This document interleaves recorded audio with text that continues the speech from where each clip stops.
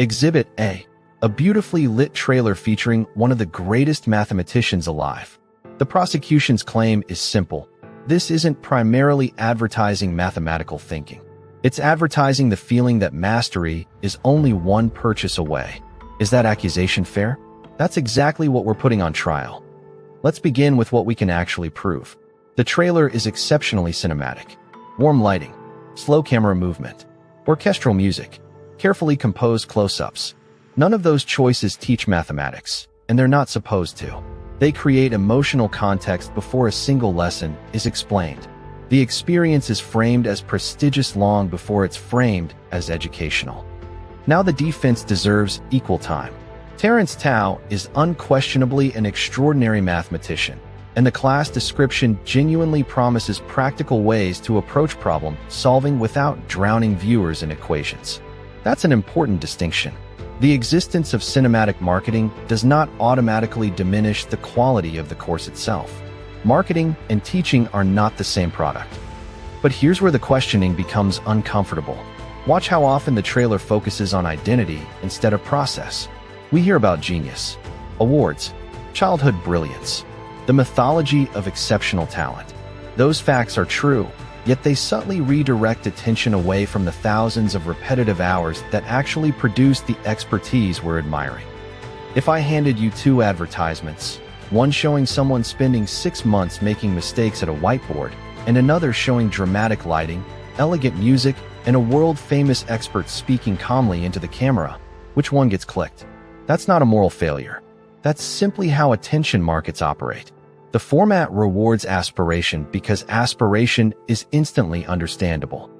Notice another subtle move. The trailer repeatedly suggests that mathematical thinking applies everywhere. Catching a flight, solving games, navigating everyday decisions. That's an appealing promise, and it may very well be useful. But the edit compresses a long learning journey into a handful of emotionally satisfying moments. The impression becomes transformation, not repetition. Here's the strange part. We all know a trailer can't contain an entire education. Nobody watches a movie trailer expecting to become a filmmaker. Yet when learning is packaged like luxury entertainment, our brains quietly start treating enrollment itself as progress. That's oddly human, and honestly a little funny. Our credit cards sometimes practice optimism harder than we practice skills. What remains unproven is equally important. We cannot conclude that students fail to learn from these classes. Many undoubtedly gain valuable insights. The criticism isn't that education is fake. The criticism is that the advertising emphasizes emotional proximity to excellence more than the messy mechanics of becoming excellent. This incentive structure extends well beyond MasterClass. Productivity apps sell future discipline. Fitness brands sell future confidence. Language platforms sell future identity. The product is real, but the first purchase often targets our imagined future self instead of our present habits.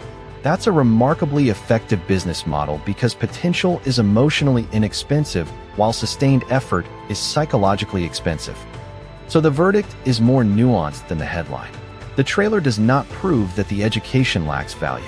It does suggest that the marketing language elevates aspiration above pedagogy, because aspiration is easier to package into 2 minutes of cinema. That's a criticism of framing, not necessarily of the instructors or the lessons themselves. Court adjourned, for now. If this review changed how you look at polished educational marketing, stick around. Every week we examine another piece of media that seems obvious until you slow it down frame by frame, and the next verdict may challenge something you thought you understood all along.